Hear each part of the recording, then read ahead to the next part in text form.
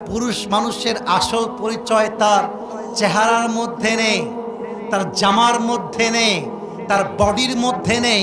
পুরুষের আসল চেহারা বর্তমান যুগে তার যোগ্যতায় আছে আর তার পকেট ভর্তি টাকার ভেতরে আছে। আমরা পুরুষরা হলাম টাকার মেশিন। টাকা দিবেন, আপনার বউ বলবে আই লাভ ইউ, মা বলবে এরি আমার বেটার মতো বেটাই হবে না বে। টাকা দিবেন, আপনার বোন বলবে আমার ভাইয়ের মতো ভাই হয় না রে। টাকা দিবেন, আপনার ভাই বলবে আমার ভাইয়ের মতো কোনো ভাই হয় না রে।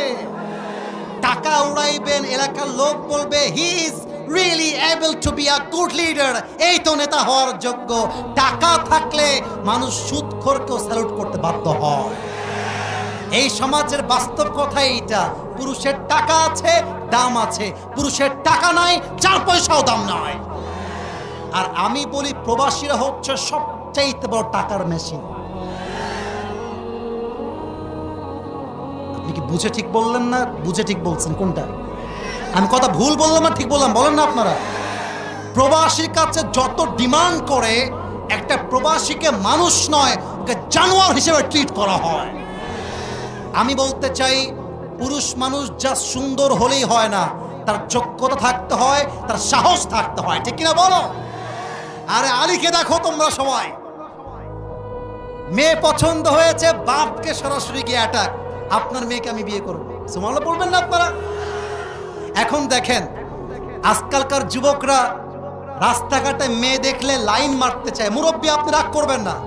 আরে বেটা তুই মরদ মানুষ হলে লাইন মারবি কেন? তুই মেয়ের বাপকে গিয়ে বলবি আমি আপনার মেয়েকে বিয়ে করতে চাই, দিবেন নাকি দিবেন না তাই কর। আচ্ছা এখন যদি কোনো মেয়ে না করে দেয়, ছেঁকা খেয়ে বেকা হয়ে যেও না।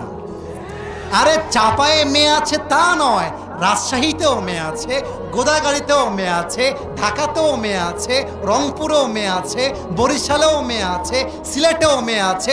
তোমার মতো মেয়ে আমাকে ছাড়লে আমার 2 পয়সা পরোয়া নাই। ছেঁকা খাইলে তুমি খাবা, আমার প্রশ্নই তো ওঠে না।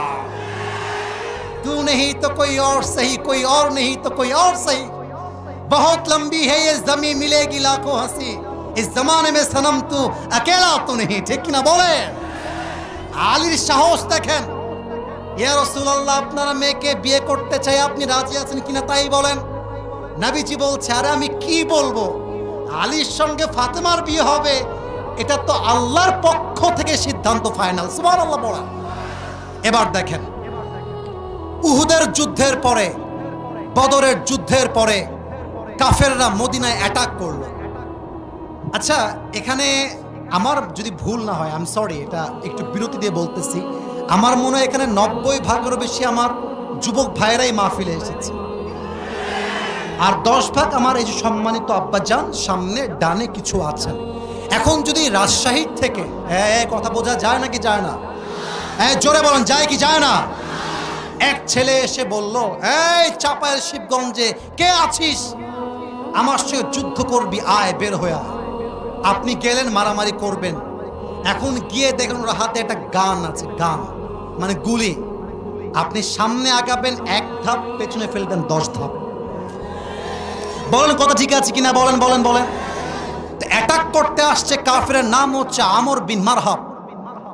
এই মদিনার মুসলমান কাদের সাহস আছে, আমার সামনে আয়, যুদ্ধ করে দেখা। কোন বাপের বেটা আছিস, কে তার মায়ের দুধ পান করেছিস, আমার সামনে আয়।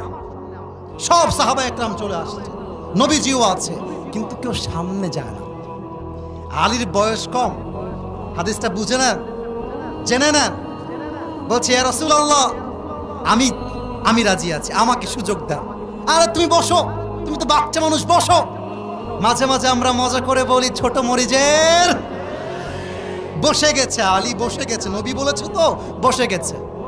আবার বলছে কে বাপের বেটা আছিস, আয় আমার সামনে দাঁড়া। কেউ দাঁড়ায় না, আবার আলী দাঁড়িয়ে গিয়েছে। নবীজি বলছে আলী বসো, বয়স কম বসো। 3 নাম্বার আবার কে আছিস আয়। এবারও আলী দাঁড়িয়ে গেছে, দেখেন এভাবে, ইয়া রাসূলুল্লাহ আমি রাজি আছি।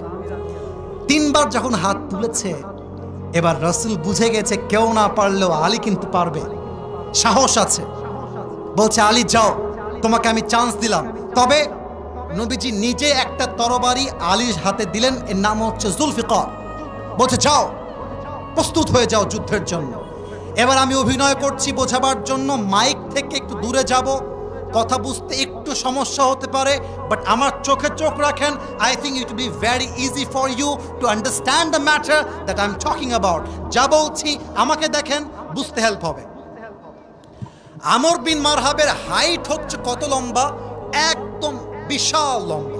যদি আমি এক্সাম্পল দেই, আলী হচ্ছেন 5.9 আর আমর বিন মারহাব হচ্ছে নিয়ার বাই 7, এতটা কম বেশি। তা আমর বিন মারহাব যদি আলীকে দেখতে চায় তাহলে আমর বিন মারহাবের চোখটাকে নিচু করতে হবে, আর আলী যদি আমর বিন মারহাবকে দেখতে চায় মাথাটাকে, কথা বলেন, মাথাটা কি করতে হবে? হাদিস কিন্তু এখনো শেষ হয় না, এটা আমার শেষ হাদিস। আমি লম্বা রাত ওয়াজ করতে চাই না, টাইম ওয়েস্ট করতে চাই না। এবার আলী যখন তার সামনে আসছে এমন করে দেখতেছে, দেখা যায় আমার কথা বোঝা যায়? যায়। এবার আসেন সেকেন্ড পার্টটা বোঝাই। এটা আমার একটা ওয়েস্ট কোট, ব্ল্যাক কালার, দেখা যায় যুবক ভাইরা? আমর বিন মারহাবের যে পোশাক, এটা হচ্ছে লোহার পোশাক। মুরব্বী যুবক, এটা কি জামার পোশাক না লোহার পোশাক? লোহার পোশাক, পুরোটা লোহা। আমার মাথায় যে টুপি পরে আছে, টুপি কি দেখা যায়?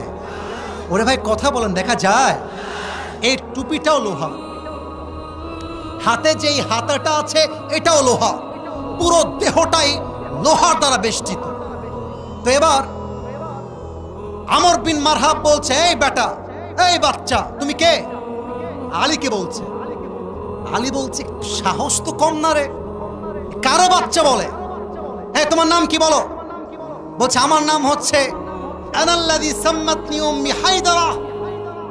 আমি হলাম সেই যুবক যাকে তার মা নাম দিয়েছে হায়দারা। হায়দারা মানে হচ্ছে যে বারবার অ্যাটাক করে, যতক্ষণ পর্যন্ত শিকার না হয়ে যায় তার অ্যাটাকটা থামে না, তার নাম হচ্ছে হায়দারা। বলছে, ও আচ্ছা আচ্ছা, টিটকারি মারছে। ও আচ্ছা আচ্ছা, তোর আসল নাম কি তাই বল বেটা। বলছে, আমার আসল নাম হচ্ছে আলী। বলছে, ও আলী, ও তুমি কি আলী বিন আব্দুল মুত্তলিব? তোমার বাপের নাম কি আব্দুল মুত্তলিব? বলছে, না না না না, আমি হলাম আলী বিন আবি তালেব, বাপের নাম আলী বিন আবি তালেব। বলছে, ও তুমি আবু তালেবের ছেলে? আরে ভাতিজা, তুমি তোমার ভাতিজা, তোমার বাপ তোমার ভাই লাগে। আরে যাও বাবু, আমি বাচ্চাদের সঙ্গে মারামারি করতে চাই না, যাও যাও। কথা বোঝা যায়? যায়। বলছে, আরে বাবা তুমি যাও, তোমার আমি মারবো না, আমি তো বাচ্চাদের গায়ে হাত তুলতে চাই না। ফাইন্নী লা উকাতিলু সিবিয়ান, আমি বাচ্চা মারি না, তুমি যাও বাবু যাও। এবার আলীর গায়ে রক্ত গরম হয়ে গিয়েছে, ডাক দিয়ে বলছে, এই আমর বিন মারহাব, তুই কারে বাচ্চা বলিস? একবার যুদ্ধে নাম না, তোর মাথা তোর কল্লা বিচ্ছিন্ন করতে আমার 1 মিনিটে বেশি সময় লাগবে না। আল্লাহু আকবার। এই কথা শুনে আমর বিন মারহাবের গায়ে রক্ত উঠে গেছে। বলছে, আয় দেখি কেমন পারিস তুই, আমার কাছে আয়। মাথায় রাখবেন, মুসলমান কাউকে আগ বাড়িয়ে মারতে যায় না, কিন্তু যখন কেউ মারতে আসে জবাব দিতে হয় কেমন করে, তাও মুসলমান জানে, ঠিক কিনা বলে? দেশটা স্বাধীন হতো না যদি শহীদ আবু সাঈদ তার বুকটা পেতে জীবন না দিত। আচ্ছা, আমি একটা লজিক্যাল কথা বলতে চাই আজকে। মিডিয়ার ভাইয়েরা আছেন, আপনারা একমত হলে আমাকে একমত বলবেন, যদি আপনি দ্বিমত হন দাঁড়িয়ে যাবেন, আমার কোনো কমপ্লেন নাই। আচ্ছা, শহীদ আবু সাঈদ যখন মাঠে নেমেছিল, সে কি কাউকে গুলি করেছিল? কথা বলেন, গুলি করেছিল? কাউকে হত্যা করেছিল? সে জাস্ট চেয়েছে কোটার সংস্কার চায়, এতটুকুই তো। আপনি যখন তার বুকে গুলি করলেন, এই গুলি জাস্ট শহীদ আবু সাঈদের বুকে লাগে নাই, এই গুলি লেগেছে বাংলার লক্ষ কোটি তাওহীদ জনতার বুকের মধ্যে গুলি লেগেছে। আমরা কাউকে নামাইতে চাই নাই, আমরা কাউকে মারতেও চাই নাই, বাট যারা আমাদেরকে মারতে চায় তার বংশ আমরা নির্বিশেষে শেষ করে দিব। যুবক ভাইরা, ঠিক কিনা বলো? আলী বলছে, আরে আমরা কাউকে মারি না, আগে তুই মারতে আয়, আগে তুই মার। এবার আমর বিন মারহাব 2 হাত দিয়ে তরবারি ধরেছে এমন করে। আচ্ছা, যুদ্ধের সময় যখন তরবারিতে আঘাত করা হয়, যুদ্ধের কৌশলটা হচ্ছে 2 পা এক করতে হয়, যাতে করে লাভটা দিলে হাতে শক্তি বেশি পাওয়া যায়। এবার আমর বিন মারহাব দুই হাতে তরবারিটা তুলে একটা লাফ দিয়েছে, একটা কোপ দিয়েছে আমর বিন মারহাব আলীর ডান কাঁধে। আলী বিন আবি তালেব সমস্ত সাহসিকতা দিয়ে নারায়ে তাকবীর আল্লাহু আকবার বলে ঢালটা এমন করে ধরেছেন যে আঘাতের জন্য পুরো দেহ বিচ্ছিন্ন হওয়ার কথা, ওই আঘাতটা আলীর দেহে এক চুল পরিমাণ স্পর্শ করতে পারে নাই। এবার আলী বলছে, এই বেটা, এবার তোর পালা, এবার তুই রেডি হ, দেখা যাক তুই কেমনে আমাকে আটকাস। আলী বিন আবি তালেব জাস্ট স্টেপ ব্যাক, পেছনে গিয়েছেন।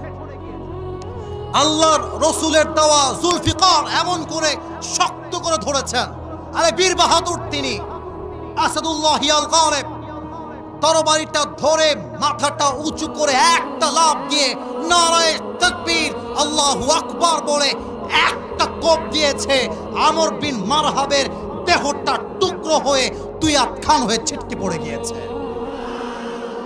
এবার আলী রাদিয়াল্লাহু তাআলা আনহু, ভাই এই সামনে পুরোটাই ঢাকা, আমি দেখাই কেমন করে। এবার আলী নিজে আমর বিন মারহাবের বুকে পা রেখেছে। মুসলমানদের ঐতিহ্য জেনে নেন, মুসলমানদের পরিচয় জেনে নেন, আর একজন মুসলমান 1000 কাফেরের সমান। বুকের মধ্যে পা দিয়ে বলছে, এই বেটা, তুই আমাকে মারবি কেমন করে? আনতা তা'বুদু হাজারান ওয়া আনা আব্দু রাব্বি মুহাম্মদ, আনতা তা'বুদু হাজারান ওয়া আনা আব্দু রাব্বি মুহাম্মদ। তুই তো পাথরের পূজা করিস, তুই মূর্তির পূজা করিস, আর আমি আমার মুহাম্মদের রবের গোলামি করি। আর যে রবের গোলামি করে তাকে পাথর পূজারী হত্যা করতে পারেই না, এটা কোশ্চিন কালেও সম্ভব নয়। সাহস কাকে বলে? অতএব আগামী ফেব্রুয়ারিতে নির্বাচন হবে। আমি কোন রাজনৈতিক বক্তব্য দেওয়ার জন্য আসি নাই। আমরা কোরআনকে ভোট দিব। যারা আমাদেরকে দমে দেওয়ার জন্য আসবে, বুঝতে হবে আল্লাহর জমিনে আল্লাহর রাজ কায়েম হবে। তুমি থাকলেও হবে, তুমি না থাকলেও হবে, ঠিক কিনা বলে? কোন বিবাহিত পুরুষের বিরুদ্ধে যদি তার কোনো ওয়াইফ অভিযোগ আনে, আমাদের বাংলাদেশের আইনে এই আইনটা পুরুষদের জন্য অবশ্যই অবশ্যই জারি করতে হবে।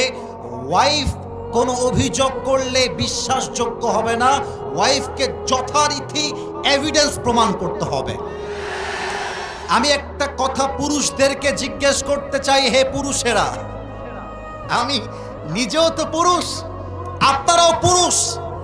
আমার কথা হচ্ছে, নারী আর পুরুষ দ্বন্দ্ব লাগলে মানুষ কেন শুধুমাত্র নারীর ক্ষেত্রে আলগা পিরিত দেখায়?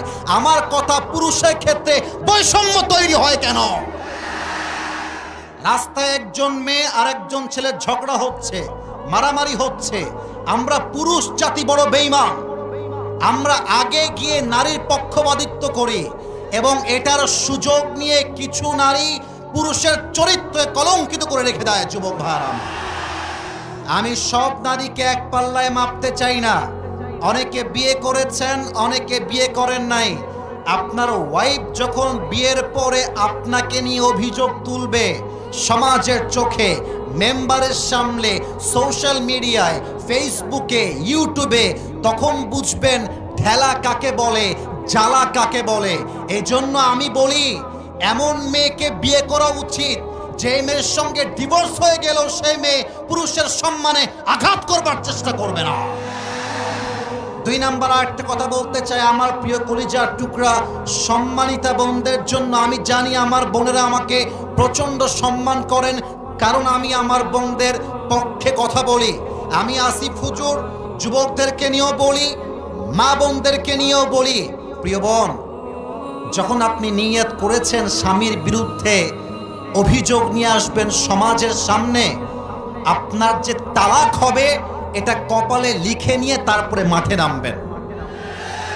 আমরা পুরুষ জাতি বড্ড সেনসিটিভ, আমরা সব সহ্য করব, কিন্তু আমার চরিত্রে কেউ আঘাত দিবে, আমাকে কেউ কলঙ্কিত করবে, তার সঙ্গে আমি আজীবন সংসার করব, এটা কষ্টিন কালো সম্ভব হতে পারে না। আর একটা কথা বলতে চাই মেয়েদের জন্য, এটা অনেক মেয়েদের গায়ে লাগতে পারে, বাট চাপায়ের মাটিতে বলতে আমি বাধ্য হচ্ছি। মাথায় রাখবেন, ডিভোর্স হইলে পুরুষের কোনো ক্ষতি হয় না, সব ক্ষতি একজন মেয়ের হয়। আপনার জন্য একটা বিয়ে জায়েজ, আপনি আমারে ছাড়বেন, আই ডোন্ট কেয়ার। আপনার জন্য একটা বিয়ে জায়েজ, আমার জন্য 4টা বিয়ে জায়েজ। আপনি আমার সঙ্গে বেইমানি করে 2 পয়সা ক্ষতি করতে পারবেন না, এবং আপনি একবার কলঙ্কিত হয়ে গেলে আপনার পুরো জীবনটাই প্রশ্নবিদ্ধ হয়ে যাবে। 3 নাম্বার কথা বলে আমি আমার ভূমিকার কথার ইতি টানতে চাই, কারণ আমাকে কোরআন থেকে তাফসীর পেশ করতে হবে। I don't have enough time. আমার কাছে খুব লম্বা চড়া সময় নেই। মুরব্বীদেরকে বলবো, যুবকদেরকে বলবো, এমন বংশের মেয়েকে বিয়ে করবে যেই বংশের মেয়ে তার স্বামীর ইজ্জত কি তা বুঝে। আজকে 80% থেকে 90% ডিভোর্স হচ্ছে মেয়ে চরিত্রহীন হওয়ার জন্য, টিকটকার হওয়ার জন্য। আমি কি বলবো, দুঃখের কথা, আমার কলিজা ফেটে যায়। ক্লাস 7 এর মেয়ে 8 এর মেয়ে পার্কে গিয়ে প্রেম করে বেড়ায়, ক্লাস 5 এর মেয়ে টিকটকে উলঙ্গভাবে নেচে বেড়ায়। আমার অবাক হয়ে যায় এই কথা বলতে গিয়ে। 18 বছর আগে নাকি বিয়ে করা যাবে না, কিন্তু যেই মেয়েটা 12 বছর বয়সে, 13 বছর বয়সে ইজ্জত দিয়ে বেড়ায়, তার আইনটা কোথায় আপনারা বানাবেন আমাকে বলেন। আমি আমার ওয়াজে স্পষ্ট ভাষায় বলেছি, বিয়ের ক্ষেত্রে আইন চেঞ্জ করতে হবে। 18 বছর নয়, মেয়ের বয়স হয়ে গেলে চরিত্রবান যুবক দেখে বিয়ে দেওয়া লাগবে। আর মেয়েদেরকে বলবো, বিয়ের সময় আসলে কিছু মেয়ে আছে দেখবেন, টাকা পাইলে বুইড়া টাকলার সঙ্গে বিয়ের পিড়িতে বসে যায় না, চাপায় এরকম মেয়ে তো নাই। আছে আছে আছে। প্রিয় বোনেরা, টাকা দেখে বিয়ে করবেন, টাকা পাবেন, বাড়ি পাবেন, গাড়ি পাবেন, বাট মনের শান্তি বলেও তো একটা কথা আছে। একটা কথা মাথায় রাখবেন, আমার এই কলিজার টুকরা যুবক যারা আজকে এই শিবগঞ্জের মাটিতে এসেছে, ওরা আজকে জিরো হতে পারে, ওরা কালকে হিরো তো হতে পারে। আপনি যে টাকলাকে টাকার জন্য বিয়ে করছেন, আগামীতে এমন একটা দিন আসবে এই যুবকগুলো অফিসের বস হবে, টাকলা তার স্টাফ হয়ে কাজ করবে। वक्त हमेशा एक नहीं होता मेरे दोस्त, वक्त बदलता है, लेकिन वक्त बदलने के लिए खुद को कोशिश करना पड़ता है।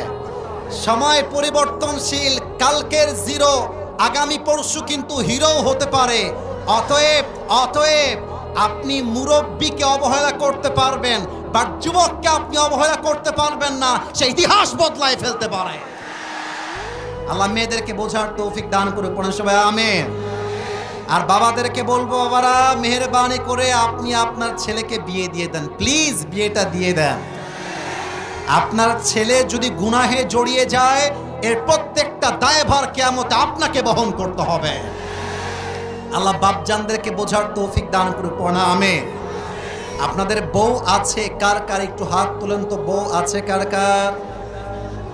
আচ্ছা, মাশাআল্লাহ, হাত নামান। এবার হতভাগা, কপাল পোড়া যাদের বউটাও কেউ নাই, তারা একটু হাত তোলো। সোনামণিরা কই, আমাদের স্যাররা কোথায়? দেখেন, কারো বউ নাই, এ আমি বিশ্বাস করি না। আল্লাহ সবাইকে দিনদার নেককার বউ দিয়ে দিক, পড়েন সবাই আমিন। বাপ মাকে বোঝাবা, আব্বা আমাকে বিয়ে দাও, বিয়ে দাও, বিয়ে দাও। যদি বিয়ে না দেয়, নিজের মতো বিয়ে করবা, পরে গিয়ে বলবা আব্বা আমি বিয়ে করে নিয়েছি, তোমার যা মন চায় করো, I don't care about it. আমার পারমিশনের চাইতে আমার চরিত্র আর ঈমান রক্ষা করা সবচেয়ে দামি বিষয় যুবক ভাই। আসুন আমরা স্লোগান দিব আল্লাহর নামে 3 বার। প্রথম স্লোগান দিবেন আমার বিবাহিত ভাইরা। বিবাহিত ভাইরা একটু কাশি দেন দেখি, দেখা যাক কারা জিতে আজকের এই মাহফিলে। সিঙ্গেলরা চুপ থাকবেন। বিবাহিত ভাইরা, জাস্ট বিবাহিত ভাইরা, নারায়ে তাকবীর। ওরে বাবা রে বাবা, সাউন্ড কিন্তু খুব ভালো, এরকম সাউন্ড তো অন্য জেলায় পাই না রে ভাই। আচ্ছা, এবার সিঙ্গেলদের পালা। সিঙ্গেলরা একটু কাশি দাও। আমি নাম্বার দিব না, আমার মুরব্বীরা নাম্বার দিবে। সিঙ্গেলদের পালা, আমার বিবাহিত ভাইরা চুপচাপ থাকবেন। সিঙ্গেল ভাইরা, নারায়ে তাকবীর। বিবাহিত ভাইরা আমাকে মাফ করে দিবেন। আজকে আমার সিঙ্গেল ভাইরা 30 নাম্বার বেশি পেয়ে পাস করেছে, ঠিক কিনা বলেন? এবার আর কোনো ভাগাভাগি নেই, আমরা সবাই মিলে তাকবীর দিব। একটু কাশি দেন। এবার প্রমাণ করবে চাপায়ের মানুষ আসলেই কাপুরুষের সন্তান না বীর পুরুষের সন্তান। এটা ক্যামেরায় রেকর্ড হচ্ছে, কালকে পুরো দেশ ছড়িয়ে যাবে। দেখা যাক সাউন্ড কেমন হয়। নারায়ে তাকবীর। আল কোরআনের আলো, আল হাদিসের আলো, কোরআন হাদিস যেখানে, আলেম ওলামা যেখানে, চাপাইবাসী যেখানে, আল্লাহ যেন কবুল করে। পড়েন সবাই আমিন। প্রিয় ভাইয়েরা আমার, আমি অল্প সময় কোরআন থেকে আলোচনা করতে চাই, তবে কেউ যদি আলোচনার মাঝে উঠে যায় নিজ দায়িত্বে লুঙ্গিটা টান দিয়ে ধরে বসায় দেওয়া লাগবে, তবে লুঙ্গি যেন খুলে না যায়। আপনারা সবাই থাকবেন না যাবেন? আমাকে সময় দেওয়া যাবে নাকি যাবে না?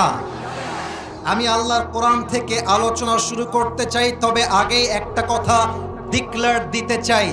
আগামীতে নির্বাচন হবে, আমাদের প্রথম দাবি আমরা আগামীর দেশে কোনো নারীকে ক্ষমতার চেয়ারে আর দেখতে চাই না। সেকেন্ড কথা, আমরা শুধুমাত্র পুরুষকেই দেখতে চাই। It's exactly not like that. আমরা এমন একজন পুরুষকে দেখতে চাই যে পুরুষ আমাদের দেশের প্রধানমন্ত্রী হবে, তার যোগ্যতা এতটা হাইলি কোয়ালিফাইড হবে।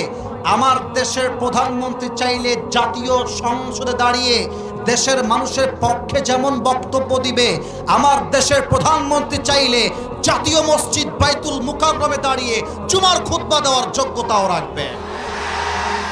এমন নেতা আমরা আগামীর বাংলাদেশে চাই কি চাই না? অনেকে চেষ্টা করছেন কোরআনকে দমিয়ে দেওয়ার জন্য, অনেকে চেষ্টা করছেন আলেমদেরকে কলঙ্কিত করবার জন্য, কিন্তু মাথায় রাখবেন ইসলামের বিজয়কে আল্লাহ সুনিশ্চিত করেছেন। আপনি থাকলেও বিজয় হবে, না থাকলেও বিজয় হবে। এবার আসুন আমরা তাফসীরে ঢুকে যাই। আমি তেলাওয়াত করেছি 10 নম্বর পারার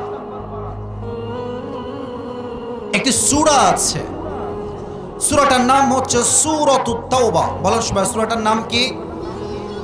একটা সূরা যে সূরার শুরুতে বিসমিল্লাহ নাই, এই সূরাটার নাম কি বলেন তো সবাই? এই আওয়াজ কমে যায় কেন? চাপায়ের ভাড়া, আমার মান সম্মান নষ্ট করবেন না, এটা চাপায়ের মাটি। সূরাটার নাম কি? তাওবা। আমি সূরাতুত তাওবার 100 নম্বর আয়াত তেলাওয়াত করেছি। আমি আমার আলোচনার গভীরে যাওয়ার চেষ্টা করছি, কেউ আমার মনোযোগকে ডান বাম করবেন না। আল্লাহ তাআলা বলছেন, والسابقون الأولون من المهاجرين والأنصار।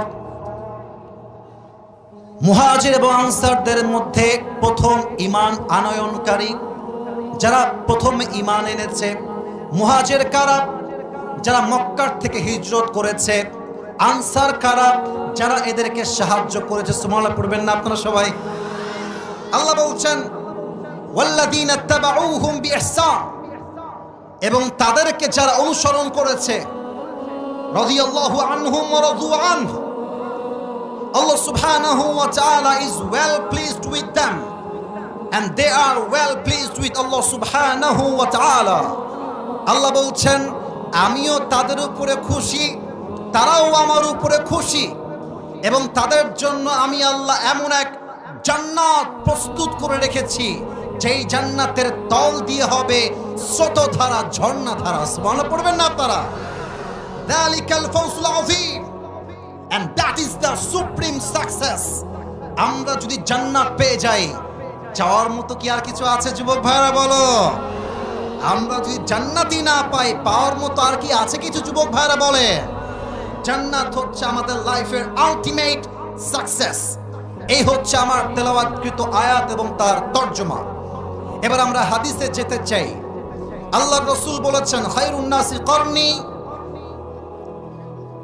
ثم الذين يلونهم ثم الذين يلونهم. The best of people, those who are my generation. আমার যুগটাই হচ্ছে মানুষের মাঝে শ্রেষ্ঠ যুগ। এরপরে তারা যারা তাদেরকে অনুসরণ করেছে অর্থাৎ তাবিঈন, এরপরে তারা যারা তাদেরকে অনুসরণ করেছে তাবিঈ তাবিঈন। সর্বশেষ একটা হাদিসের আরবি বলতে চাই, তরজমা বলে আমি আমার ঘটনার দিকে ফিরে যেতে চাই। কথা কি বোঝা যায় নাকি যায় না? আপনারা না বললে আমি বুঝি কেমন করে? বোঝা যায় নাকি যায় না? হাদিস, আল্লাহর রাসূল বলেছেন আসহাবি কান্নুজুম, আমার সাহাবীরা হচ্ছে নক্ষত্রের মতো, তারার মতো। আমার সাহাবীদের মাঝে যাকেই তোমরা অনুসরণ করবে তোমরা হেদায়েত প্রাপ্ত হয়ে যাবে। সুবহানাল্লাহ পড়ে সবাই। আমি আজকের আলোচনাকে 3টা ভাগে ভাগ করতে চাই। চাপায়ের ভাইদেরকে অ্যাক্টিভ দেখতে পাচ্ছি।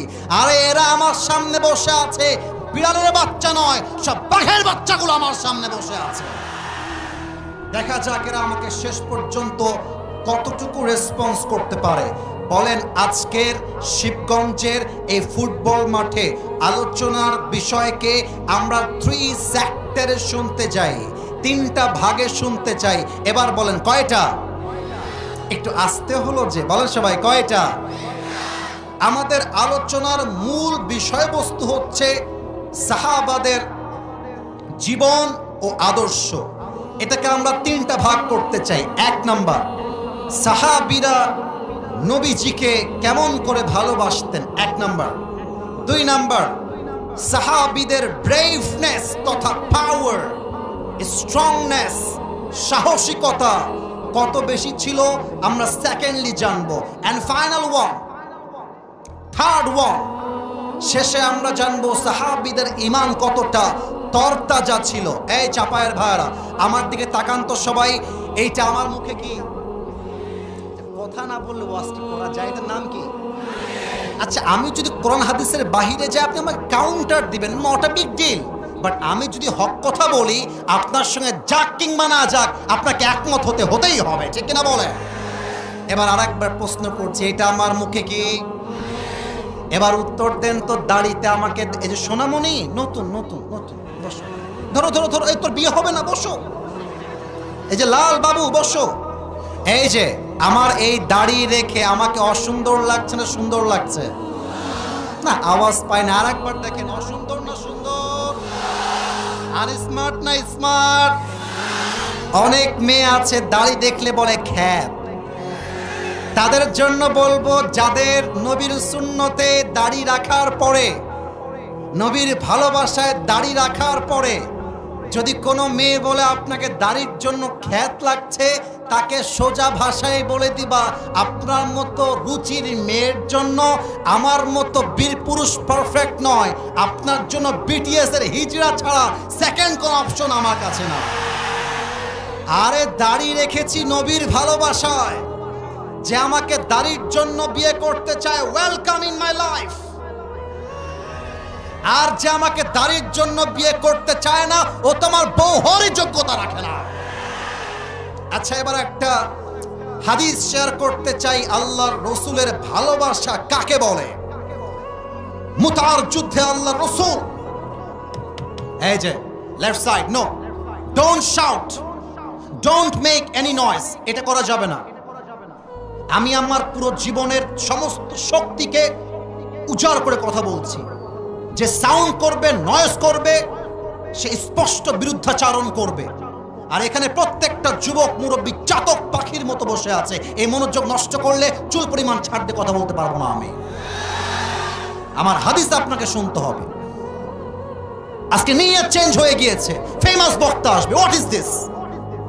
যে ফেসবুকে ফেমাস, যে টিকটকে ফেমাস, সেই নাকি ভালো আলেম। আরে বেটা, ভিউজ দিয়ে যদি যোগ্যতা প্রমাণ হয়, তাহলে হিরো আলমের মতো সফল আর কেউ হতে পারবে না। ঈমান লাগবে, আমল লাগবে, ইখলাস লাগবে, চরিত্র লাগবে। আপনারা আমাকে নিয়ে ঠিক করতে দেন। আমি আসার পরে সেলফি নিয়ে মারামারি, স্টেজ ভেঙে যায় মাঝে মাঝে। আর এতে করে আমার মনের মধ্যে কি আসে? আরে আমি তো অনেক বড় হয়ে গেছি। আরে যে ব্যক্তি বক্তব্য দিচ্ছে তার মাঝে ইখলাস হারিয়ে গেলে খোদার কসম রাত 3টা পর্যন্ত ওয়াজ করলে হেদায়েত আসবে না। আমি আপনাদের পায়ে পড়লাম, জান, পায়ে পড়লাম।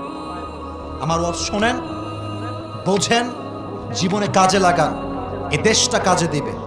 সমাজটা কাজে দিবে, আমার জীবন পরিবর্তন হবে, আপনার জীবন পরিবর্তন হবে, ঠিক কিনা বলে? মুতার যুদ্ধে আল্লাহ রসুল 3000 সাহাবীকে যুদ্ধের জন্য রিক্রুট করছেন, প্রস্তুত করছেন। 3000 সৈন্য, আর কাফেরদের সৈন্য হচ্ছে 1 লাখ। কোথায় 3000, কোথায় 1 লাখ? আল্লাহ রসুল বলছেন, সাহাবীরা শোনো, আনা সাকুমু বিহাম বিল কিয়াদাতি আইনা আনতা ইয়া যায়েদ।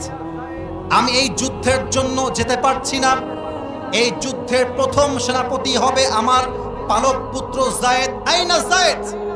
যায়েদ তুমি কোথায়? দাঁড়িয়ে যাও। যায়েদ দাঁড়িয়ে গিয়েছে। আনা মুস্তাইদুন, হে রাসূল আমি প্রস্তুত আছি। সেকেন্ডলি আল্লাহর রাসূল বললেন, এই যুদ্ধের সেকেন্ড সেনাপতি হবে, সেকেন্ড কমান্ড হবে আমার চাচাতো ভাই জাফর বিন আবি তালেব। কোথায় তুমি? দাঁড়িয়ে যাও। দাঁড়িয়ে গিয়েছে। 3 নাম্বার, এই যুদ্ধের সেনাপতি হবে আব্দুল্লাহ বিন রাওয়াহা। কোথায় তুমি? দাঁড়িয়ে যাও। 3 জন দাঁড়িয়ে গিয়েছে। এবার রাসূল ডাকতে বলছে, তোমরা বাসায় ফিরে যাও।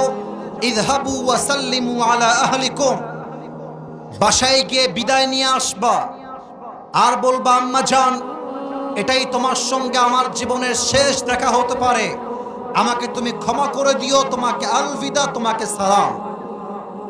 এবার যায়েদ রাদিয়াল্লাহু তাআলা আনহু দাঁড়িয়ে গিয়েছেন। হায় আল্লাহ, রাসূলের ভালোবাসা কাকে বলে আমি কেমন করে বোঝাই? ডাক দিয়ে বলছে, ইয়া রাসূলুল্লাহ, আমার তো যাওয়ার মতো কোনো জায়গা নেই। আপনি আমার বাবা, আর আমার আম্মা জান আয়েশা ঘর থেকে শুনেছেন আমাকে যুদ্ধের জন্য কমান্ডো হিসেবে চুজ করা হয়েছে। আমার যাওয়ার কোনো জায়গা নাই। আপনি এখনই বললে আমি এখনই শহীদ হওয়ার জন্য প্রস্তুত আছি। আল্লাহু আকবার। এবার জাফর বিন আবি তালেব বাসায় এসেছে। ডাক দিয়ে বলছে, বিবি আমার, আল্লাহর রাসূল আমাকে যুদ্ধের জন্য সেনাপতি নিযুক্ত করেছেন, আমাকে যাওয়া লাগবে যুদ্ধের জন্য, তোমাকে সালাম করবার জন্য এসেছি।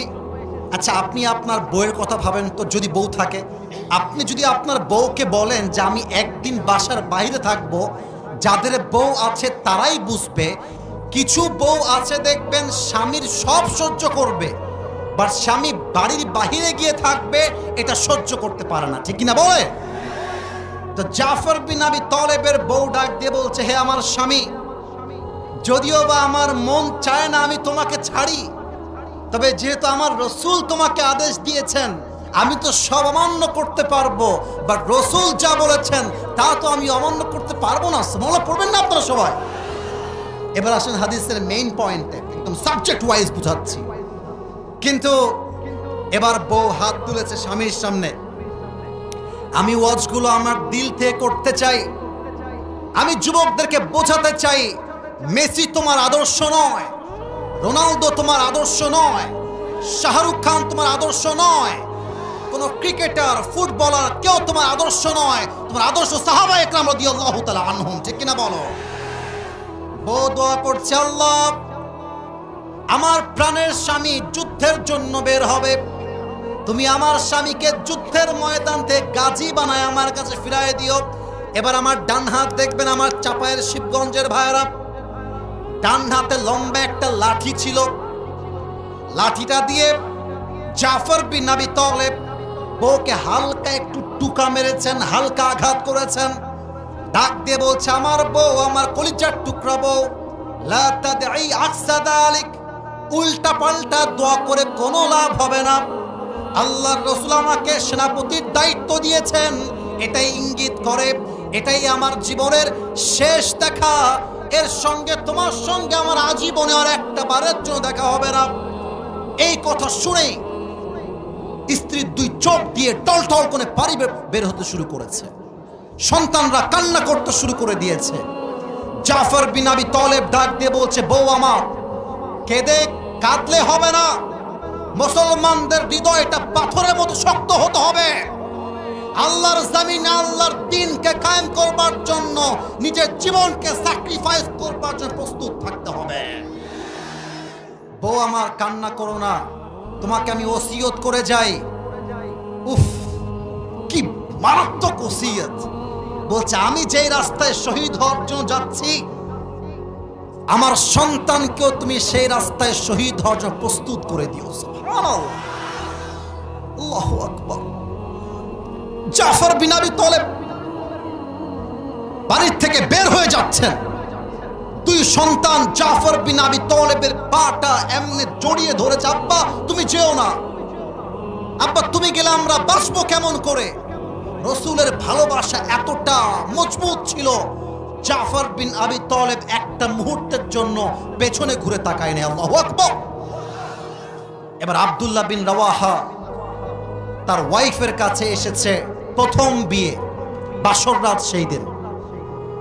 সুবহানাল্লাহ পড়বেন না? বাসর রাতে আল্লাহর রাসূল আদেশ দিয়েছেন, নবীজির ভালোবাসা কাকে বলে, আব্দুল্লাহ বিন রাওয়াহা তোমাকে যুদ্ধের জন্য প্রস্তুত হওয়া লাগবে, তোমার বাসর ঘর হয়তো বা হবে না। বইয়ের কাছে আসছে। আচ্ছা এই স্টেজ কি দেখা যায়? আচ্ছা মনে করেন this stage is like a room, একটা রুম এইটা, and this is the door of this room, এটা হচ্ছে দরজা। হাদিসটাকে আমি প্রেক্ষাপটটাকে বোঝাবার স্বার্থে অভিনয় করে বোঝাচ্ছি। আব্দুল্লাহ বিন রাওয়াহা গেটের এখানে আসছে, আর বউ তার ঘরের ভেতরে বাসর ঘরে বসে বসে কোরআন তেলাওয়াত করতেছে। বিশ্বাস করেন এই সুবহানাল্লাহ চাপায়ের সুবহানাল্লাহ হতেই পারে না, না এটাও হইতে পারে না। আর একবার পড়ুন সুবহানাল্লাহ সবাই। আব্দুল্লাহ বিন রাওয়াহা ডাক দিয়ে বলছে, প্রাণের বিবি আমার, কোরআন তেলাওয়াত সামান্য সময়ের জন্য বন্ধ করে কয়েকটা কথা বলতে চাই। কোরআনটা বন্ধ করে দিয়েছে। বলছে কি বলবেন প্রাণের স্বামী, বলেন। আব্দুল্লাহ বিন রাওয়াহা বলছে, বউ তোমার সঙ্গে আমার বিয়ে হয়েছে ঠিক আছে, কিন্তু একটা পলকের জন্য তোমার চেহারাটা আমি দেখতে পারি নাই। আল্লাহর রাসূল আমাকে যুদ্ধের জন্য সেনাপতি হিসেবে নিযুক্ত করেছেন, আমাকে যুদ্ধের জন্য প্রস্তুত হতে হবে, হয়তোবা তোমার সঙ্গে আমার আজীবনেও আর দেখা হবে না, তুমি আমাকে মাফ করে দিও। কিয়ামতের কঠিন দিনে আমি স্বামী হিসেবে কোন হক তুমি আমার কাছে চেয়ে বসো না। সুবহানাল্লাহ পড়বেন না আপনারা? এবার বউ ডাক দিয়ে বলছে, স্বামী আমার, আমি সব অমান্য করতে প্রস্তুত ছিলাম, বাট যেহেতু আমার রাসূল তোমাকে আদেশ দিয়েছে, রাসূলের ভালোবাসা আমার মধ্যে এতটা প্রবল আছে, আমি সব মান্য করতে পারবো, রাসূলের আদেশকে আমি অমান্য করতে পারবো না। তবে একটা কথা বলতে চাই স্বামী আমার, আমি মদিনার একজন সুন্দরী যুবতী নারী, আমি আপনার বউ হয়ে ঘরে এসেছি, আমি তো আমার স্বামীকে একটা পলকের জন্য দেখতে পারি নাই। ও আমার প্রাণের স্বামী, আপনি জাস্ট একটা বারের জন্য ঘরে আসেন, আমি আপনাকে একটা পলক দেখতে চাই। এবার স্বামী বলছে, তুমি একটা পলক দেখে কি করবে আমাকে বলো। এবার বউ ডাক দিয়ে বলছে, স্বামী আমার, আমি যদি আপনাকে একটা পলক দেখতে পারি, কিয়ামতের কঠিন দিন আল্লাহকে বলবো, আল্লাহ এটাই তো আমার স্বামী, তাকে তুমি আমার জান্নাতের সাথী বানায় দাও। সুবহানাল্লাহ বলেন। আব্দুল্লাহ বিন রাওয়াহা ডাক দিয়ে বলছে, ও আচ্ছা এই কথা, তুমি কিয়ামতের দিন আমাকে খুঁজে বের করতে চাও? ও আমার বউ শুনে রাখো, আমি যে আল্লাহর জন্য, যেই দ্বীনের জন্য আমার বুকের তাজা রক্ত দিয়ে শহীদ হওয়ার জন্য যাচ্ছি, সেই আল্লাহ তাআলা কিয়ামতের দিনে তোমাকে আমাকে স্বামী হিসেবে পরিচয় করে দিবে। সুবহানাল্লাহ বলেন। যুদ্ধের জন্য তারা বের হয়ে গেল। আপনারা বলবেন, হুজুর আপনি এত ঘটনা থাকতে হাদিসের ঘটনা থেকে যুদ্ধের ঘটনাই কেন বলছেন? আমি বলছি এই জন্য, আমাদের দেশটা সেকেন্ড টাইম স্বাধীন হয়েছে কবিতা দিয়ে নয়, ভিডিও দিয়ে নয়, কন্টেন্ট দিয়ে নয়, বুকের তাজা রক্তটা যুদ্ধের মাধ্যমে এ দেশটা স্বাধীন হয়েছে। এখন অনেকে বলে ছাত্ররা নাকি কিছুই করে নাই, ওদের কোনো ক্রেডিট নাই। আরে এই ধামাল যুবকরা রাস্তায় নেমে রক্ত দিয়েছে বলেই আজকে আমি আসিফ হুজুর স্বাধীনভাবে কথা বলতে পারছি।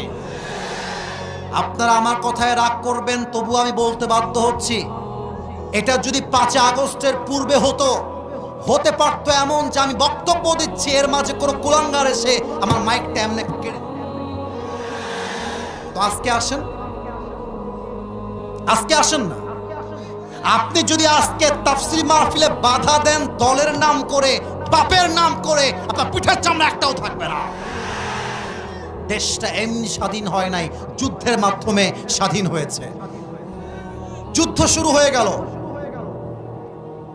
যায়েদ রাদিয়াল্লাহু তাআলা আনহু কয়েকশো কাফেরকে আঘাত করে, কয়েকজনকে হত্যা করে তিনিও শহীদ হয়ে গেলেন। এবার সময় আসছে জাফর বিন আবি তালেবের। এটা আমার বাম হাত না ডান হাত, এদিকে তাকান সবাই। এটা আমার ডান হাত। এটা আমার কি হাত? ড্রোনের মতো উড়বে। তোমরা গ্রামের চাচাতো ভাইয়ের মতো অভিনয় করতে যেও না। আমরা চাপায়ের সন্তান, we are the smart people. আরে ড্রোন কেন? কোটি টাকার ক্যামেরা থাকলেও আমার দেখার টাইম নাই, চাপায়ের ছেলে। ওকে ওর মতো উঠতে দাও, তুমি আমার দিকে তাকাও। এটা আমার বাম হাত না ডান হাত? তাহলে এবার যুদ্ধটাকে অভিনয় করে বোঝাতে চাই হাদিসের ভাষায়। জাফর বিন আবি তালেব জীবন দিয়ে যুদ্ধ করছেন। যুদ্ধ করতে করতে হঠাৎ করে তরবারিটা জমিনে পড়ে গিয়েছে। আমার দুই হাত দেখা যায় নাকি যায় না? একটু জোরে বললে ওয়াজটা ভালো হবে। দেখা যায় কি যায় না? এবার জাফর বিন আবি তালেব ডান হাতটা দিয়ে তরবারি তুলতে যাবেন, ডান পাশ থেকে একটা কাফের একটা কোপ দিয়েছে। একটা কোপে কবজিটা কেটে জমিনে পড়ে গিয়েছে। এবার বাম হাত দিয়ে তুলতে গেছে, বাম হাতে কোপ দিয়েছে, বাম হাতটা কেটে জমিনে পড়ে গিয়েছে। এবার জাফর বিন আবি তালেব, ঈমান কাকে বলে? Not a big deal, not a big deal. আপনি অন করে দেন, সমস্যা নেই। এবার জাফর বিন আবি তালেব দুই হাত কেটে গিয়েছে। এই দুই হাতের কাটা অংশ দিয়ে ইসলামের পতাকাকে এমন করে বুকের সঙ্গে আঁকড়ে ধরেছেন। সুবহানাল্লাহ বলবেন না আপনারা? আর ডাক দিয়ে বলছে, হে সাহাবা একরাম, তোমরা সাক্ষী থেকো, আমার দেহে এক ফোঁটা রক্ত থাকা অবস্থায় ইসলামের পতাকা আমি উঁচু করে ধরে রেখেছি, জমিনে পড়তে দেই না। আল্লাহু আকবার। এবার আব্দুল্লাহ বিন রাওয়াহা এবং আবু উবাইদা রাদিয়াল্লাহু তাআলা আনহু দৌড় দিয়ে আসলেন। ইসলামের পতাকাকে উঁচু করতে হবে আকাশের দিকে। এসেই দেখছেন ইসলামের পতাকা উঁচু করতে হবে না, আগের থেকে ইসলামটা বিজয় হয়ে তার পতাকা আকাশের দিকে পথ করে উঠছে। আব্দুল্লাহ বিন রাওয়াহা বলছে, হাউ কাম ইট পসিবল? কে ইসলামের পতাকাকে উড্ডীন করলো? কে উড়াই দিল বিজয়ের পতাকা? কে সেই সাহাবী? কাছে গিয়ে দেখছে অবাক করা বিষয়। আচ্ছা প্রিয় ভাইরা, আমার হাতে এখানে যে কোরআনটা রাখা আছে, দেখা যায় নাকি যায় না? আচ্ছা এই বোতলটা দেখা যায় নাকি যায় না? আমি কেন বলছি? Let me give you a real example. এটা হচ্ছে জাফর বিন আবি তালেবের পা। জাস্ট অ্যান এক্সাম্পল, উদাহরণ দিচ্ছি। এটা জাফর বিন আবি তালেবের কি? এই পা দুইটা কেটে এই দিকে পড়ে আছে। এবার আসেন, এইটা জাফর বিন আবি তালেবের বুক, এইটা বিচ্ছিন্ন হয়ে বাম দিকে পড়ে আছে।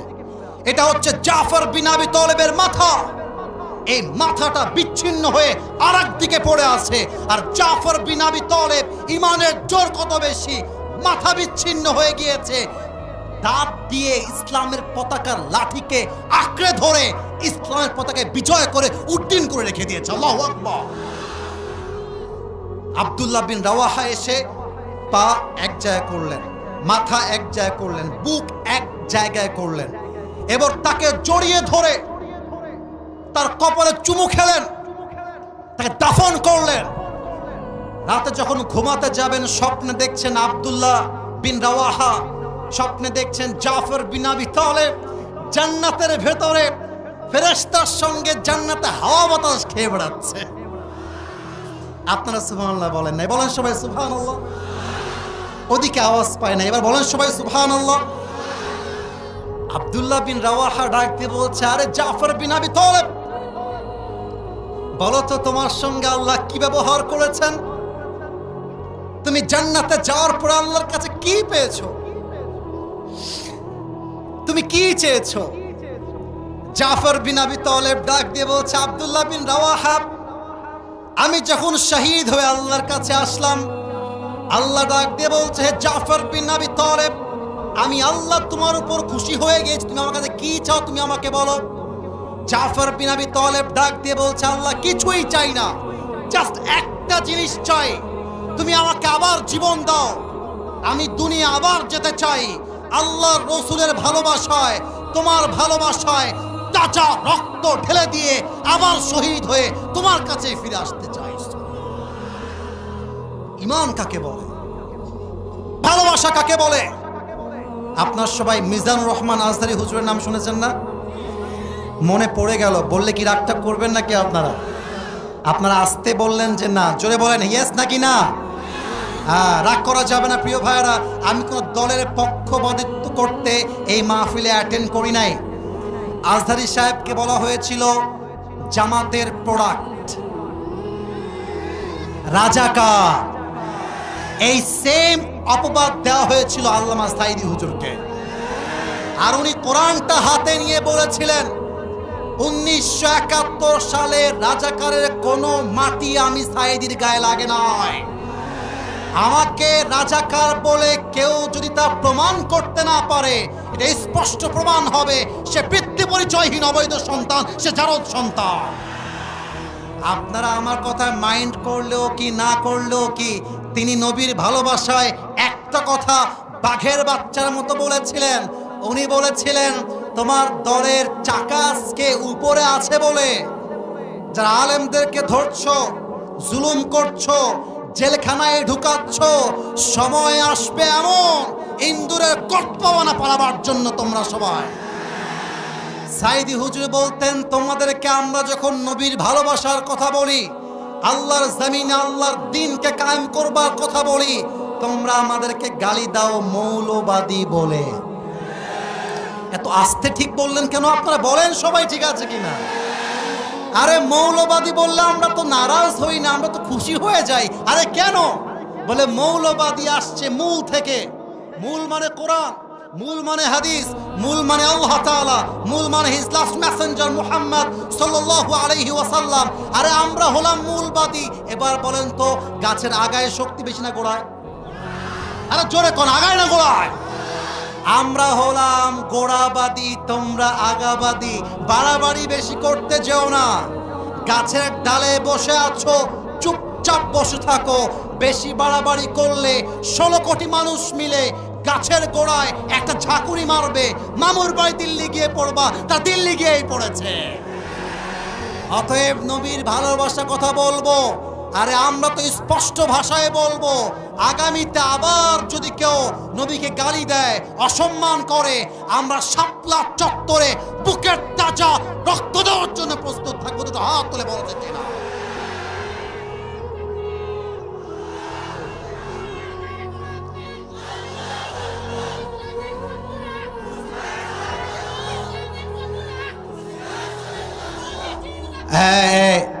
আমি তাকবীর দিচ্ছি, আওয়াজটা পছন্দ হয় না। আরে মিয়া, কথা বলবেন বাঘের বাচ্চার মতো, প্রদেশটা কেঁপে উঠবে। আমার সঙ্গে দেন তাকবীর। নারায়ে তাকবীর, নারায়ে তাকবীর।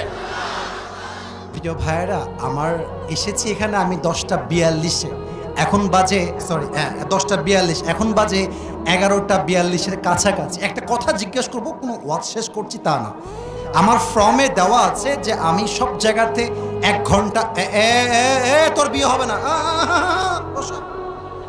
তুমি কি ভেবেছ আমি দেখতে পাবো না? আমি চশমা পরে আছি যে, উঠা যাবে না বে, বসে থাকতে হবে। প্রিয় ভাইয়েরা, আমার নিয়ম হচ্ছে 1 ঘন্টার বেশি আমি ওয়াজ করব না, ফর্ম দেওয়া আছে। তবে সব জায়গায় নিয়ম কানুন দিয়ে ওয়াজ হয় না, মাঝে মাঝে ভালোবাসা দিয়েও তো হিসাব করতে হয়, ঠিক কিনা? তো আমার ওয়াজ কি বোঝা যায় না কি যায় না? আমরা বলছিলাম নবীজির ভালোবাসা। আর একটা ছোট্ট কথা এর সঙ্গে সমসাময়িক অ্যাড করতে চাই। কিছু মেয়ে আছে দেখবা, বোরকা পরেই পার্কে গিয়ে প্রেম করে বেড়ায়। নাই, আর আমি ভুল বলেছি তো? ভুল বললাম না ঠিক বললাম? বলো। বোরকা এমন ভাবে পড়ে দেখলে মনে হবে ये तो अभी क्या भी जन्नत से भाग के दुनिया में आई है। বাবা রে বাবা, হাতে মোজা, পায়ে মোজা, মুখ ঢাকা, চোখ ঢাকা, কিন্তু একটা বোরকাওয়ালি মেয়ে 4টা ছেলেকে নাকের ডগায় দই লাগায় ঘুরায় বেড়ায়। আমি মাঝে মাঝে বলি, বোরকা পড়লে নবীর ভালোবাসার প্রমাণ হয় না, বোরকা পড়লেই দিনদার হওয়া যায় না। আরে দিনদার হওয়ার জন্য চরিত্রের প্রয়োজন হয় যুবক ভাই। আরো ছোট্ট একটা কথা অ্যাড করতে চাই, নানি, চাচি, দাদিদের জন্য। তারা জিকিরও করে, নামাজও পড়ে, হিজাবও পড়ে, নবীর ভালোবাসার কথা শুনতে তারা রাজিও আছে, কিন্তু তারা আবার স্টার জলসা দেখে, হিন্দি সিনেমা দেখে, নাটক দেখে, গান দেখে, বিভিন্ন ওয়েব সিরিজ দেখে বেড়ায় যুবক ভাইরা। অতএব শুধুমাত্র নবীরে ভালোবাসি, নবীকে ভালোবাসি, ওই জিলাপি খাওয়া ভালোবাসা হলে চলবে না। আর নবীর জন্য তাজা রক্ত দেওয়ার জন্য প্রস্তুত থাকতে হবে। 1 নাম্বার, বলেন তো সাহাবীদের হৃদয়ে নবীর জন্য ভালোবাসা কম ছিল না বেশি ছিল? 2 নাম্বার সাবজেক্ট ছিল বাহাদুরি এবং সাহসিকতা। আপনাদেরকে পরীক্ষা করতে চাই আমি। পরীক্ষা হবে, হাত তুলতে হবে না, হাত নিচে রাখেন। পরীক্ষা। বেঁধে গেলে জরিমানা নাই, বেঁধে গেলেও ভালোবাসা, উত্তর দিলেও ভালোবাসা। আর এসেছি ভালোবাসা দেওয়ার জন্য আর ভালোবাসা নেওয়ার জন্য, ঠিক কিনা বলে? আচ্ছা বলেন তো চাপার শিবগঞ্জের ভাইরা, আমার নবীর সব মেয়েদের মাঝে নবীজি কোন মেয়েকে বেশি ভালোবাসতেন? খাদিজা তো নবীজির ওয়াইফ, আমি নবীজির মেয়ের কথা, ভুল হলো সমস্যা নাই। ফাতেমা রাদিয়াল্লাহু তাআলা আনহা, কে বলেছে একটু হাত তুলো তো? মাশাআল্লাহ। এবার সবাই উত্তর দিবেন। বলেন তো আমার নবী সবচেয়ে কোন মেয়েকে বেশি ভালোবাসতেন? ফাতেমা। আস্তে আওয়াজ পেয়েছি, আবার উত্তর চাই, কোন মেয়েকে ভালোবাসতেন? ফাতেমা রাদিয়াল্লাহু তাআলা আনহা। সেকেন্ড কোয়েশ্চেন, বলেন তো এত সাহাবী, এত সাহাবী, বাট আমার নবী ফাতেমার বিয়ে কার সঙ্গে দিয়েছেন? মাশাআল্লাহ, that's the right answer, amazingly appreciated. Last question, শেষ ভালো যার? বলেন না শেষ ভালো যার? বলুন তো তাদের পরিবার থেকে 2 জন সন্তান পৃথিবীতে আগমন ঘটেছিল। 1 হাসান, 2 নাম্বার 1 হাসান, 2 নাম্বার। এবার আসেন হাদিসের মূল চ্যাপ্টারে যাই। এই যুবক ভাইরা, পুরুষ মানুষের আসল পরিচয় তার চেহারার মধ্যে নেই, তার জামার মধ্যে নেই, তার বডির মধ্যে নেই। পুরুষের আসল চেহারা বর্তমান যুগে তার যোগ্যতায় আছে আর তার পকেট ভর্তি টাকার ভেতরে আছে। আমরা পুরুষরা হলাম টাকার মেশিন।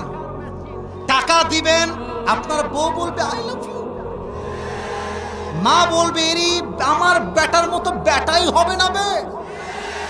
টাকা দিবেন, আপনার বোন বলবে আমার ভাইয়ের মতো ভাই হয় না রে। টাকা দিবেন, আপনার ভাই বলবে আমার ভাইয়ের মতো কোনো ভাই হয় না রে। টাকা উড়াইবেন, এলাকার লোক বলবে he is really able to be a good leader, এই তো নেতা হওয়ার যোগ্য।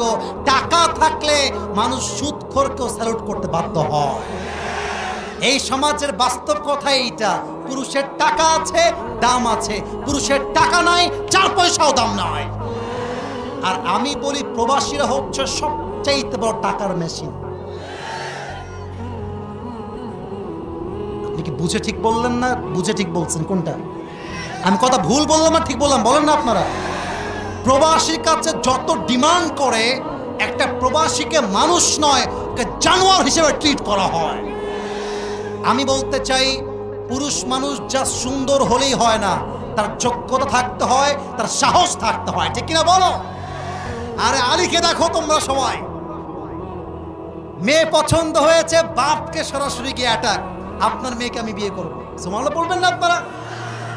এখন দেখেন আজকালকার যুবকরা রাস্তাঘাটে মেয়ে দেখলে লাইন মারতে চায়। মুরব্বী আপনি রাগ করবেন না। আরে বেটা, তুই মরদ মানুষ হলে লাইন মারবি কেন? তুই মেয়ের বাপকে গিয়ে বলবি আমি আপনার মেয়েকে বিয়ে করতে চাই, দিবেন নাকি দিবেন না তাই কর।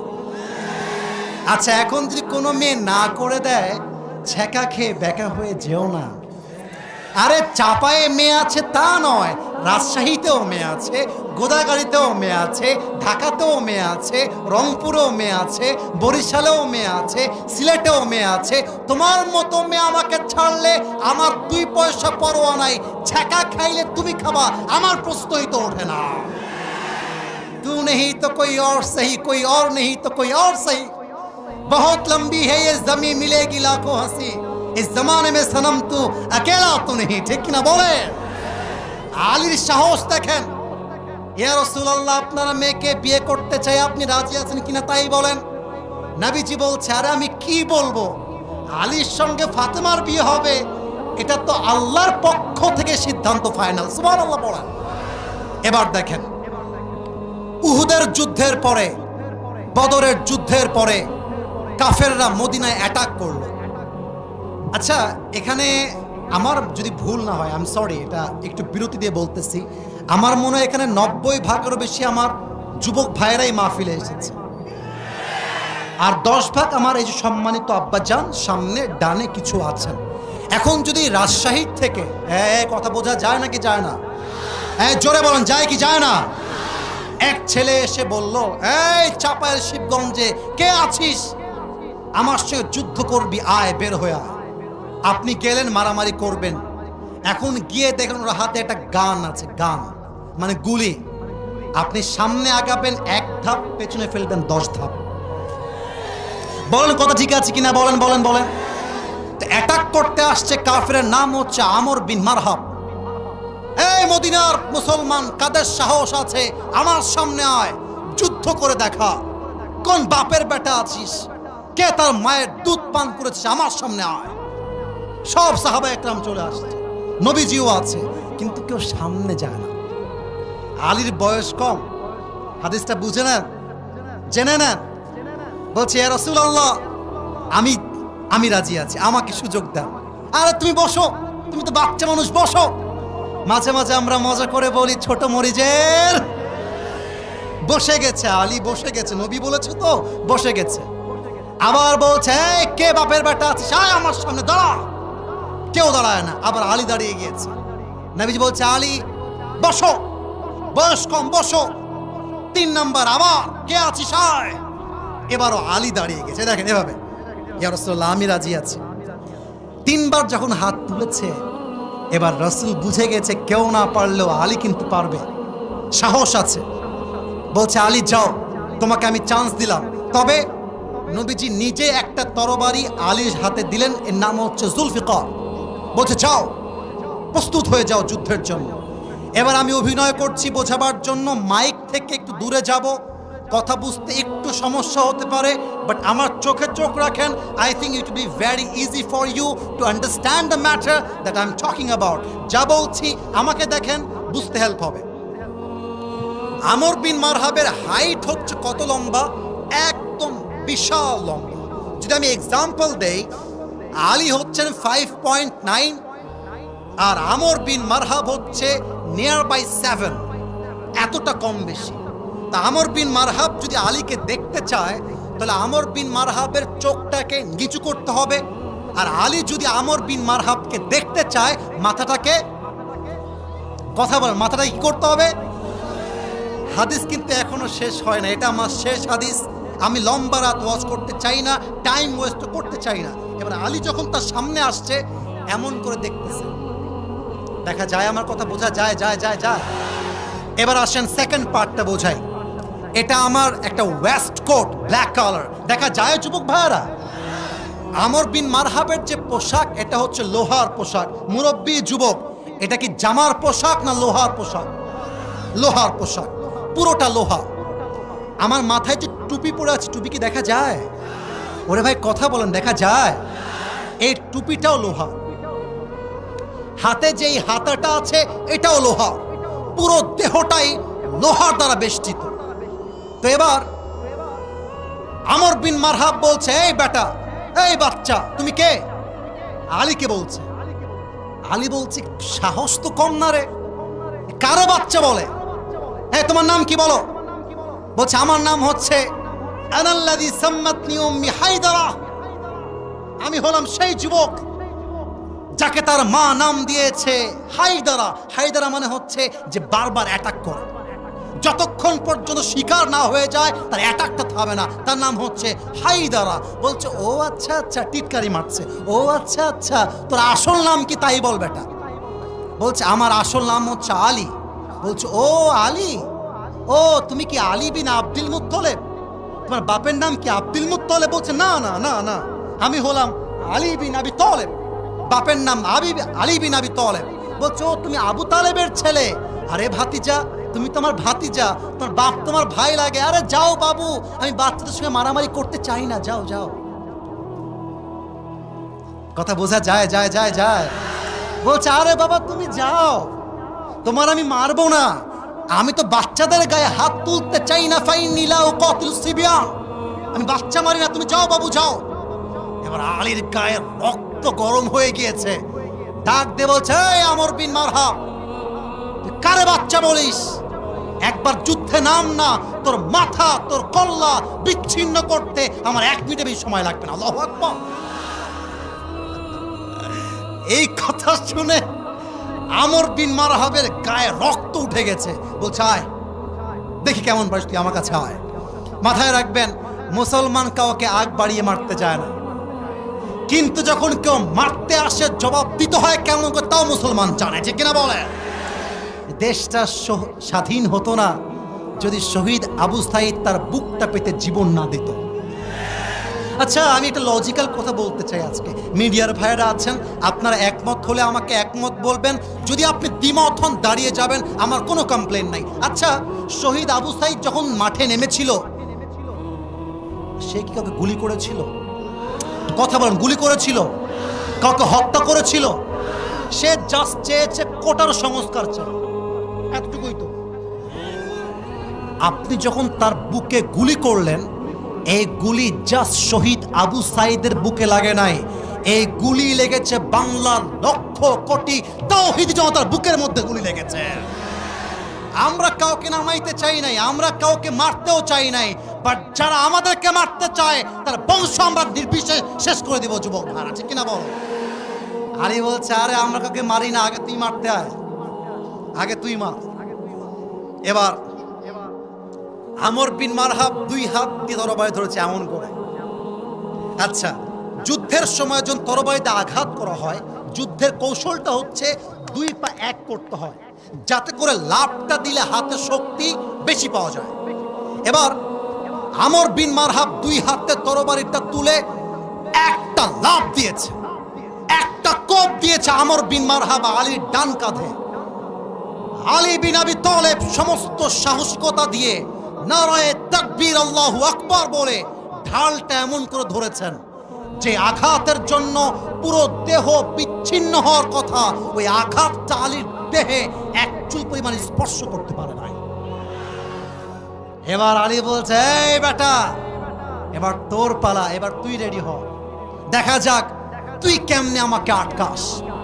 আলী বিন আবি তালেব জাস্ট স্টেপ ব্যাক, পেছনে গিয়েছেন। আল্লাহর রসুলের দেওয়া জুলফিকার এমন করে শক্ত করে ধরেছেন। আরে বীর বাহাদুর তিনি, আসাদুল্লাহ আল গালিব, তরবারিটা ধরে মাথাটা উঁচু করে একটা লাফ দিয়ে নারায়ে তাকবীর আল্লাহু আকবার বলে একটা কোপ দিয়েছে। আমর বিন মারহাবের দেহটা টুকরো হয়ে 2 আধখান হয়ে ছিটকে পড়ে গিয়েছে। এবার আলী রাদিয়াল্লাহু তাআলা আনহু, ভাই এই সামনে পুরোটাই ঢাকা, আমি দেখাই কেমন করে। এবার আলী নিজে আমর বিন মারহাবের বুকে পা রেখেছে। মুসলমানদের ঐতিহ্য জেনে নেন, মুসলমানদের পরিচয় জেনে নেন, আর একজন মুসলমান 1000 কাফেরের সমান। বুকের মধ্যে পা দিয়ে বলছে এই বেটা, তুই আমাকে মারবি কেমন করে? আনতা তা'বুদু হাজারান ওয়া আনা আব্দু রাব্বি মুহাম্মদ, আনতা তা'বুদু হাজারান ওয়া আনা আব্দু রাব্বি মুহাম্মদ, তুই তো পাথরের পূজা করিস, তুই মূর্তির পূজা করিস, আর আমি আমার মুহাম্মদের রবের গোলামি করি। আর যে রবের গোলামি করে তাকে পাথর পূজারী হত্যা করতে পারেই না, এটা কোশ্চিন কালেও সম্ভব নয়। সাহস কাকে বলে? অতএব আগামী ফেব্রুয়ারিতে নির্বাচন হবে, আমি কোন রাজনৈতিক বক্তব্য দেওয়ার জন্য আসি নাই। আমরা কোরআনকে ভোট দিব। যারা আমাদেরকে দমে দেওয়ার জন্য আসবে, বুঝতে হবে আল্লাহর জমিনে আল্লাহর রাজ কায়েম হবে। তুমি থাকলেও হবে, তুমি না থাকলেও হবে, ঠিক কিনা বলে? এবার দুই হাত তোলেন সবাই, সবাই দুই হাত তোলেন। কেউ যেন বাদ না যায়। সবাই দুই হাত, একটু কাশি দেন দেখি সবাই। ডানে একটু সাউন্ডটা কম পেয়েছি। আমি একটা ওয়াদা করাবো, সময় শেষ, আমি জানি, বুঝে গিয়েছি। বলেন সবাই হুজুর। আওয়াজটা কমে গেল যে ভাই, বলেন হুজুর। আর একটু জোরে হুজুর। আমরা চাপায়ের সন্তান, আপনাকে ডানে আওয়াজ নাই, আপনাকে ওয়াদা দিলাম, দোয়া না করে আমরা কেউ বাসায় ফিরে যাব না। বলেন সবাই ইনশাআল্লাহ।